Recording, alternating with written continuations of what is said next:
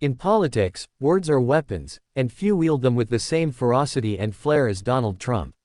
From the debate stage to the campaign trail, from Twitter feeds to primetime rallies, Trump's slogans are his sword and shield. They're not policy documents, they're punchlines. And in today's America, that's often more powerful.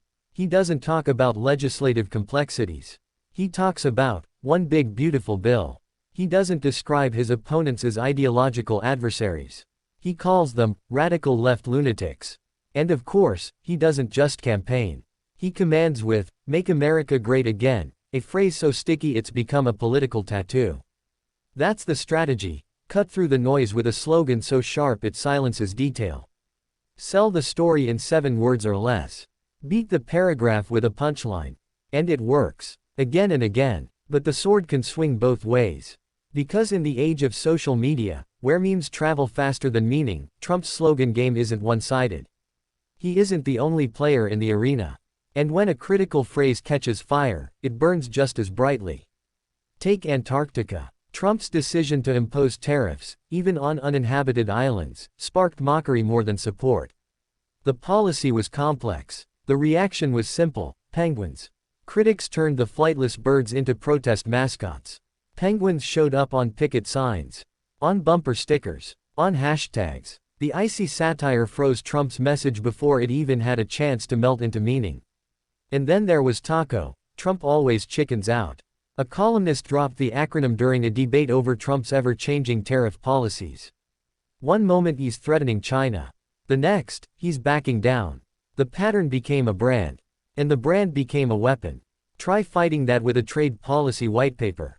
As Megan Tissinger from Lidar USA put it, once a clever insult sticks, trying to fight it with facts is like bringing a dissertation to a meme fight. That's the modern battlefield. Memes over manifestos. Slogans over spreadsheets. It's not about what's true. It's about what's catchy. Trump knows this better than anyone. But he's also vulnerable to it. Because in this game, whoever defines first often defines forever. As Tissinger says, the real danger is when your opponent defines your brand in 9 characters before you do in 800 words. That's why MAGA works. Not because it's policy, but because it's poetry for a political movement. Red hat. White letters. A country, a cause, a comeback. It's a billboard for belonging. And that's why Taco stings. Because it distills doubt. Because it flips Trump's alpha persona into a punchline. Because it undermines the one thing he sells best, strength. Political slogans aren't just cute. They're strategic. John Rosen, a marketing expert, says these slogans work like product branding. When Trump called it one big beautiful bill, he wasn't explaining policy, he was selling hope. Selling simplicity. Selling success. Charlie Scuba of Georgetown compares it to presidential imagery: Bush with a bullhorn, Dukakis in a tank. These moments define. They stick. Just like Crooked Hillary or Sleepy Joe. It's not governance. It's theater. And Trump is a showman. But the stage isn't his alone anymore. Social media is a chorus. Late-night comedy is a megaphone. TikTok, X, Instagram, they all take your words and turn them into whatever the crowd wants to hear. And that's where the danger lies. Because the same ecosystem that lets Trump dominate also allows others to weaponize against him. Every gaffe becomes a GIF. Every tweet becomes a trigger. Every hesitation becomes a headline. Even Antarctica, once a place of science and silence, becomes a viral joke when the penguins are given signs. Trump's own methods become the mirrors held up against him. He built his brand on big words and bolder promises.